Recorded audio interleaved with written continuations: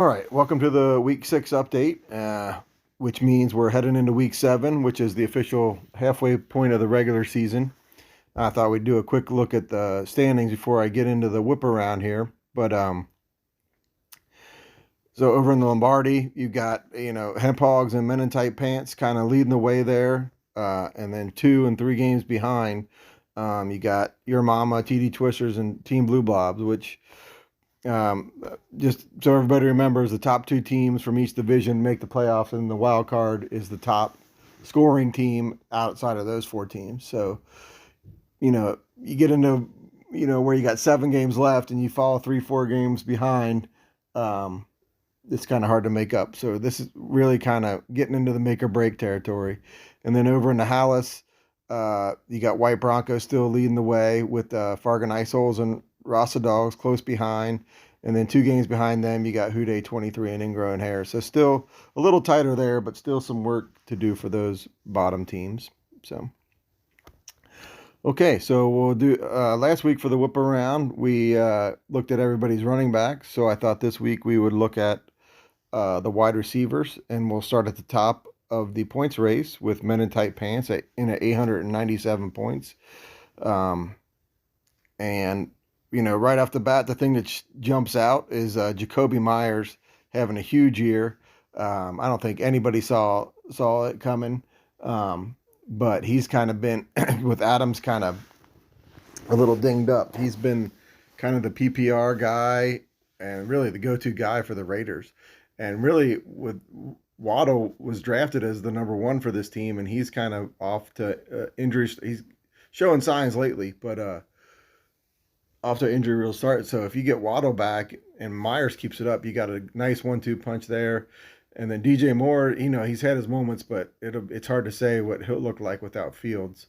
But like I said, Myers and Waddle forming a nice 1-2 punch there. And we'll head over to Hemp Hogs in 880 points. And really, this team was drafted to be strong at receiver, and the top guy outside of Chase, who's been Chase, I think, his 2 big weeks, we would all like to see him do more. But, I don't think he can be too disappointed with his performance so far. But then the other 2 top picks were Olave and Devontae Smith. And Smith especially been super disappointing.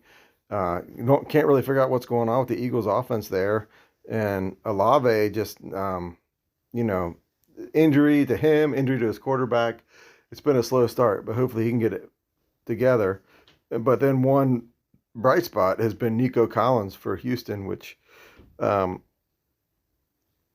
he's been a real nice find there and really, really helping out. In the with the underperformance of the other 2. But again, you've got Chase. I think Devontae will be fine. I think Olave will come around. It's hard to say with the Eagles, but in pretty good shape there for Hemp Hogs. And then we'll head over to Fargan Ice Holes in at 846 points. And it's been the Diggs and Thielen show. And really, you don't really need much else than that. Both those guys are having huge years. Diggs, I've been high on. I've had him the last, a couple times over the past several years. I was a little sour on him this year. Just it seemed like that offseason was a little funky, but he's picked up right where he's left off. And Thielen, I don't think it's any stretch to say it's been the steal of the draft. In fact, I tried to trade for Thielen with Tony this past week, and he would have none of it. We did end up swinging a trade for Bijan and CD, but Thielen, Tony's got a death grip on him, and I know why. But and then Christian Kirk's been pretty solid as a third receiver too. So all in all, a pretty good group there for the Fargan Ice Holes. Then we'll head over to White Broncos in at 805 points. Um, Again, they're led by the two-headed monster, Keenan Allen. If he's healthy, he's a top 10 receiver. That's the way it's been his whole career. And this year, nothing different. AJ Brown got off to a little bit of a shaky first week there, but he's been lights out since then. And so those two have kind of led the way. And then it's been kind of a inconsistent mix with Curtis Samuel, McLaurin, Marquise Brown. All have had their flashes, but none of them have really taken that reins. And the real disappointment, I think, more in NFL than fantasy, is that Jackson Smith and Jigba, top drafted receiver, and I just think he went to a weird situation in Seattle where they're just not using him. So I don't know. Maybe down the stretch he starts fitting in more or figuring out the offense more. But that's just kind of an aside, observation, I guess. But um, kind of weird with Seattle. All day. We were kind of talking about that this weekend with the Bengals game. It was like, you know, the Charbonnet pick and it was like not positions of need, and they're not using the guys. So it's like, why did you draft them that high? I don't know, but that's neither here nor there. So we'll head over to Rasa Dogs. They're in at 792 points, and it's at receiver. It's the Tyreek Hill show, and that's about all you need. I mean, this guy is 20 to 25 points in the first half every week, and then they pull him, and you're like, man, I could have had 40 points out of him, but I guess you'd be happy. It seems like in fantasy, especially these PPR leagues, you got that guy that you can pretty much count on for 20 points a week, and it's solid gold. Like, you can't go wrong with that. And Hill's been that for the past couple of years now, really leading the way for this team. And Debo, obviously the injury this year, but he's a solid number two in behind. And then after that, it kind of gets a little hit or miss there. Pickens, maybe could develop into a solid three as the year goes on. But that remains to be seen. And then we'll head over to Your Mama. And Your Mama, coming out of the draft, you got Justin Jefferson, you got Garrett Wilson and Christian Watson, and you're like, oh man, this team is going to dominate at wide receiver. And then, of course, Jefferson goes down, then Aaron Rodgers goes down, and that makes Wilson about half as effective. And Watson's been kind of, obviously hit by the injury bug. So now, you go from a strength to kind of scrambling, but somehow they still, London and Zay Flowers still on the roster, and thank heavens they are, because seemed like they're both starting to come into their own, and especially London. Flowers got his first touchdown, and London had his best game maybe of his career this past week. So, you know, the luck hasn't been there, but the spotting the talent in the draft was definitely not the problem for Your Mama. It just needs to manifest itself on the field, I guess, and hopefully London and Flowers and Watson can hold down the fort until Jefferson hopefully comes back healthy, but we'll see. And then we'll head over to Who Day 23. Another team kind of hit by injuries. Higgins was the top pick receiver, followed by Michael Williams. And Michael Williams out for the year. And Higgins just hasn't really he had the one good game against Baltimore, but hasn't really gotten going. So then you're kind of scrambling after that. And Pittman's kind of been a little bit of a rock there. I think he's kind of the whole Colts passing offense kind of exceeded expectation. And then, of course, the trade for Puka, had kind of a down week this week, but he can be a solid number two. And like I said, hopefully you get Pittman and Nakua hanging in there until Higgins can get healthy and get right, and hopefully that you salvage something out of that. And then Osborne, it's a good pickup, and he's going to get volume, but it just, especially this past week, it just seemed like Minnesota's it's a different offense really without Jefferson, which obviously makes sense. But all right, we'll head over to Ingrown Hairs. Kind of the opposite of some of the last couple teams where, you drafted for a receiver. That I actually drafted heavy running back and then kind of just took like a shotgun approach to receiver with, Kupp, knowing Kupp would be back eventually. And obviously mixed results so far. But, Kupp now seemingly healthy and back to his old form. And then the trade for CD, hopefully that kind of solidifies the receiver group. And, I'm not playing that roulette game where, you got the guy that goes off on your bench every week. Hopefully you got that Kupp and Lamb and then Ayuk. I think it forms three solid wide receivers there. And then you're not missing out. A couple times I've had Dobbs on the bench when he goes off. And, I think I had Addison on the bench week one. And so just settling on that lineup and, having those rocks in there with the Kupp and CD hopefully gets things headed back in the right direction. And then okay, so we'll go over to, TD Twisters in at 663 points. Again, another team coming out of the draft. You're like, Amon-Ra, Ridley, DK, Metcalf. Like this team, the last thing they're going to have to worry about is wide receiver.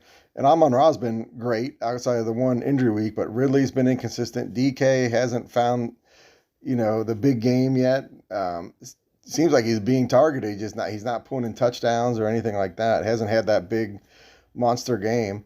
So, Amon-Ra is nice, but you're going to need that consistency out of Ridley or Metcalf, or you just don't have enough firepower really. Godwin and Evans, good, but which one of them is going to score the touchdown from week to week? And Tank Dell, obviously injured right now, but could be an answer there in that flex spot. But really, what it comes down to is Ridley and Metcalf finding some consistency to go with Amon-Ra there. And then, last but not least, we got the Blue Blobs. Coming out of the draft, obviously the thought was Adams would be that kind of the Tyreek Hill guy, the guy that you can count on every week, and the shoulder injury just hasn't allowed for it, and it's really hurt. And it's kind of hard to recover from something from that. And, when you drafted him, and then you've got some good supporting members and or players with Amari Cooper, and Deontay Johnson's been injured, but with Adams out, then all of a sudden Cooper, who you're planning on being your two, has to be your number one, and I don't think the Browns' offense is capable of doing that. So it's all centers on Adams and his him getting healthy to get the Blue Blobs headed back in the right direction. All right, that's pretty much all I got for the receivers, and we'll head over to the game of the week. Okay, so just a quick note on game of the week. I think going forward, I'm gonna maybe make game of the week, pick the best game of the previous week, because it's kind of hard to break down a game when I don't even know what the starting lineups are gonna be. If you got waiting on waivers and players on bye and injured players and stuff like that. So it's kind of hard to break down a game when I don't even really know what the lineups are going to be.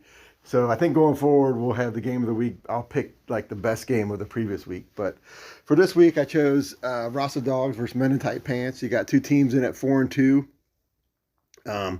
Needing the game to keep pace with the division leaders.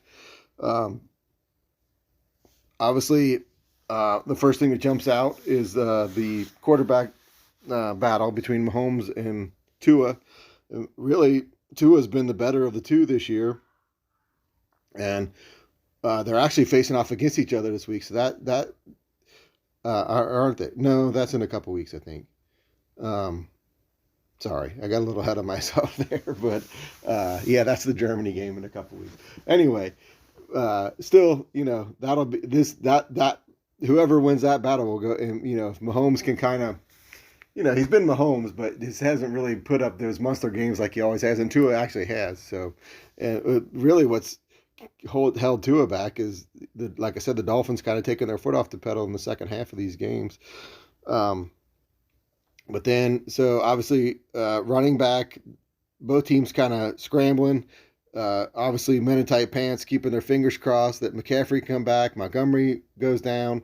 So I'm sure it'll be on the waiver wire this week. And then Raza Dogs with Brees Hall on bye, we'll have to find somebody to fill in there. Um, but then you still have Etienne and Pacheco, two good solid options there. So whoever they find to go with them, again, whoever finds the better waiver wire pickup maybe has the edge in this game. You got Tyreek Hill versus Jalen Waddle, so that could be an interesting matchup there. We'll see how DJ Moore does with the new QB in Chicago. We'll see if Debo can come back from an injury, and then the tight end battle is kind of that. Both are Kittles and Pitts, both capable of huge weeks, but you never know when it's going to come or if it's going to come. So a pretty interesting matchup there with two teams that off to solid starts this year, but obviously still need those wins to keep pace with the division leaders and stay out ahead of the third place team. So we'll see how it shakes down. Good luck to everybody.